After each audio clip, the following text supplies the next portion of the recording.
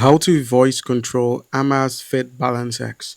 So your first step would be to update your watch. So first make sure your Amazfit Balance is running the latest version of Zepp OS. You can do this when you open up your Zepp app on your phone, select the Amazfit Balance, and then check for any software updates and install any available updates onto your watch. And then you could also, as a next step, enable Zepp Flow by opening up the voice assistant settings and turning on Zepp Flow.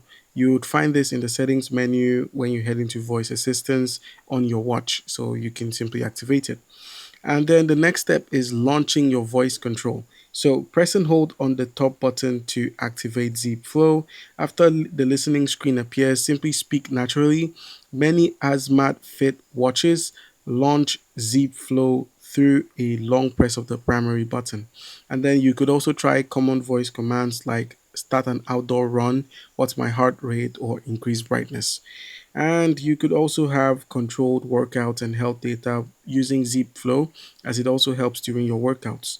And yeah, that's how it's done, guys.